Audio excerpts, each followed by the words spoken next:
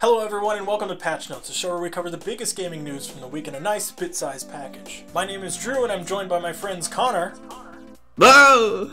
And Matt for the first time ever.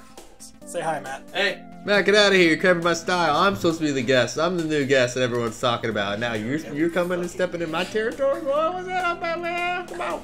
And as always, it's great to see you guys. Yep, I fucking hate them. This episode we are covering the news from the week of January 26, 2018. This week, Nintendo made a big, flimsy announcement. Activision CEO has decided to cut and run. We have yet another study on video games and violence. And Microsoft made a pretty risky business decision. Alright guys, let's try to do it all at once.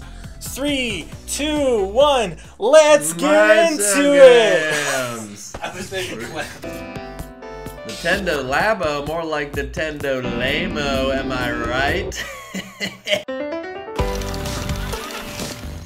Just after recording last week's episode, Nintendo dropped a huge announcement. It's called Nintendo Labo and it shows players constructing their own controllers out of cardboard for various different games. Nintendo gives you pre-cut pieces that you then bend and construct yourself. What sounds like Lego, but it's not. Labo. Good enough, put it on the box. From a robotic bug all the way to a piano, the options are pretty creative, even if the overall idea is kind of random. Don't get me wrong, it's an interesting concept, but if I were a parent, the price would have to be pretty low for just buying a bunch of cardboard. Like, the price would have to be low. It's just cardboard. Well, it's just not the case. A Labo is available in two forms. The Variety Kit, which includes all the little bits and bobs from the video, or almost all of them for $70, and then there is the Robotic Kit, which comes with the giant robotic mech suit thing from the video, or the trailer, and that is going to be $80. Yeah, that's pretty pricey for something that's so easily broken, ripped, or soiled. Don't poop in it. Hey, it's meant for kids. You never know what'll happen. Kids are wild. You could argue that cardboard is so cheap these days that if a piece breaks, you could just replace it yourself, but I wouldn't be surprised if the quality of cardboard that they're giving you is better than your random run-of-the-mill Walmart tier cardboard that you could just buy at the store. But yeah, it's not really targeted at us, people like us. It's more targeted at kids, and for that, I guess it works. Yeah, dumb kids probably like this for stupid little babies. So here's my question. Okay. What makes it so expensive? What is there like a little Arduino chip inside that makes the piano play and makes the thing do? There's like obviously something beyond the cardboard in there. No, all of the electronics and technology behind it are in the Switch controllers. So the way the piano works is it has an infrared blaster, and it shoots out infrared inside the box, and it sees which keys you're pressing. Do we know though if it is like my standard Switch, which is more or less the day one? Yeah, it said it's... Or any Switch can do it. Any Switch can do it. Okay, so you don't have to buy the bundles or the cool Mario one. It's any Switch Joy-Con. And it comes with the games that go with each one of those things. So, like, each of the things you saw in the trailer, there's a significant amount of stuff there, and they each have their own game that they work with. So, I mean, I would say $60 for everything would be fine, including the mech suit, but charging $70 for just all those little things, and then $80 separately for just the mech suit, and you don't get anything else but the mech suit with that bundle. If you wanted everything, that's a significant amount of money. Yeah, it depends on the price point and also like how easy it is to replace the parts. I think it's cool that they give you the stencil. I think it'd be nice if they also, if you didn't want to buy the Nintendo thing, like maybe they charge something for it, but barely anything. You just download the stencils as like PDFs, and you can print them out at home, cut them out, and then cut the cardboard. And maybe they figure out a few simpler things that don't have all these like perforated super crazy folds that you could still make just from stencils download off the printer that would work. Yeah, another interesting idea is they could easily update the game, add something new, and be like, hey, go to our website and download the stencil for this new game, and you could just do something else. I think that's why it makes more sense to do it as something like like an Instructables DIY thing online where you download a template or download a stencil, because yeah, if they ever want to update something or change the design, like you gotta go out of the store and buy a new kit. Like it just doesn't seem like, I mean, because it's made out of cardboard, I think it could be this thing that like you can update and modify and change a little bit. At any rate, Nintendo Labo comes out April 20th of this year. It's kind of ironic. But so if you're excited for that, then wait till then, I guess. Yay, Labo! Activision CEO says, fuck this shit, I'm out! Focus on your men, because that's what'll get you through. Eric Hirshberg is officially and finally leaving the position of CEO at Activision. Under his watch, Call of Duty had its massive rise and fall in population, as well as Destiny having its massive rise and fall in popularity, and some other franchises like Guitar Hero and Tony Hawk's. This guy actually just kind of killed a lot of franchises while he was at Activision. But he also made a lot of money. He did. Who cares if you kill dreams and passions? As long as you make that coin at the end of the day, it's all about that quiche, baby. Quiche. We don't really know where he's going next or who's going to take his place, but all I can say is that I'm happy somebody's finally going to be taking the helm of Activision now. Hopefully this means a shift in mentality for the publisher overall. But more than likely, probably not. Because that money is still flowing. Ooh, that money. Under Hirshberg's leadership, Activision saw games not as products for customers to buy, but brands for customers to buy into kind of like every single year. So, you buy a brand of bag, you're just wanting it for that brand. You did the same thing with Call of Duty and Destiny. People weren't just buying the games for their individual merits, like the gameplay, but they were buying it because, oh, that's the Call of Duty, that's the next Call of Duty. In a way, he was kind of right, but only because Activision continually beat us over the head with the same franchises every single year. Maybe they were hoping that we wouldn't know what year it was, and we had memory loss, and then the same game comes out, and we go, oh, that looks cool, I've never seen that before. I mean, that's basically what happens.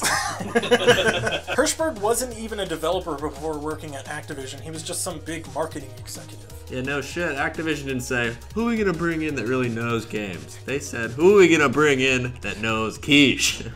Inside and out. Like the back of his wallet. Like, well, I was a developer for 10 years. I was developing my bank accounts to large and big amounts. So let's hope that the next person who takes his position is somebody who worked in the industry and can actually show some empathy towards the consumer. Do it for the tower and the ramen shops. Do it for Video games make you violent? No, not really, actually. Do it for the puppies! Follow that guy. This past week, we got yet another study that has conclusive evidence that video games do not make their players any more violent than normal. This study, conducted at the University of York in the UK, found that players' brains can make enough of a distinction between reality and what they're playing in the video game. They couldn't find evidence of increased aggression in any of the game's reaction timing, or realism, or even combat mechanics. Put simply, just because we do something virtually does not mean that we want to or even can do that in real life. I want to turn into a big-titted vixen with guns on my boots. Can't do that, this though. study proves that you can't do that. There is something to be said that, like, people who get frustrated with video games, and I think that's what these people are trying to peg, is like, you have like 13-year-old kids, or even me sometimes, like, you yell at a video game when you're frustrated with it, but I don't think that has to do with specifically the video game. I think it's just more to do with, are you a person who gets easily frustrated in life? Like, do you have a short fuse in general? Because then video games are gonna possibly set you off and make you break your controller or throw something. But that would happen with anything if you're that kind of person. It's not just video games that specifically do that. And I think that's what this study shows is video games do not make you into that kind of person with a short fuse. It's just if you're already a person with those tendencies, they might egg on that kind of characteristic. If you're already an asshole in real life, and you're bad at a game, and that's how you take out your aggression or your problems, it's just gonna make you more of an asshole. Yeah. Especially if you play something online, where you have like no control of the outcome. Yeah. Microsoft jumps the shark with Game Pass! Just try not to be this one. And for our last story this week, Microsoft has made a pretty huge announcement regarding their Game Pass subscription. If you didn't know, Game Pass is a $10 a month subscription where you can play as many games as you want of their 100-game list for as long as you're subscribed. How much does it cost to subscribe? $10 a month. $10 US, Connor. Yeah, but how much do I pay each month for the Game Pass?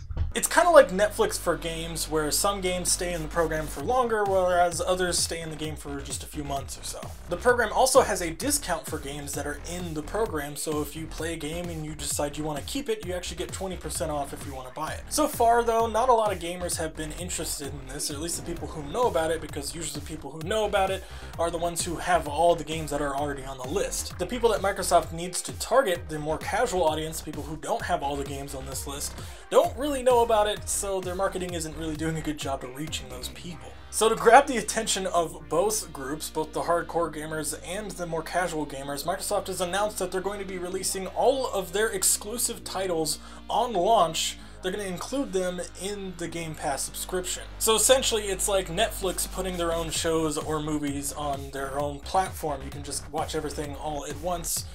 So it's going to be kind of like that. Microsoft's going to put their own stuff in their own subscription platform. Also though, since Microsoft is doing a lot of the Play Anywhere program, which is you can play games on Xbox and PC, the games that are included in that program and are included in Game Pass, you can play on PC if you pay for the subscription, so that's pretty nice also. This is a huge move by Microsoft and a pretty risky one at that. I mean, what's stopping me from buying a month subscription when Sea of Thieves comes out, just play it for a month and then canceling my subscription, so I only paid $10 for the game?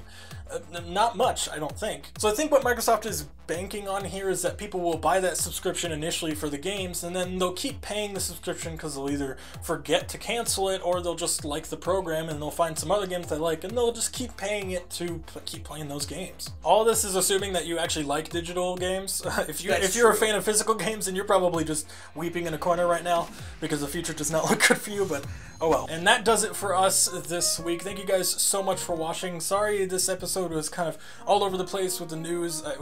Not much happened at all this week, so I'd really just scrape the bottom of the barrel for some of this stuff, and some of it happened last week even, but whatever, it doesn't matter. Thank you guys for watching, and thank you to Connor for joining me, and Matt for joining me for the first time, and probably the only time for a while. Yeah, he Matt, might be back. He might be back. It depends on when he's up here. That's fired. He's off the show. No severance package either. You know what, Connor? You're fired. You're fired. What? You guys are gonna do the show without me? 20's on a year for about 2,000 years now. Is that true? I'm gonna need to see some graphs. Ah, my brain hurts so bad. We gotta call HR right now. I am HR. Now show me your boobs now. Oh, okay.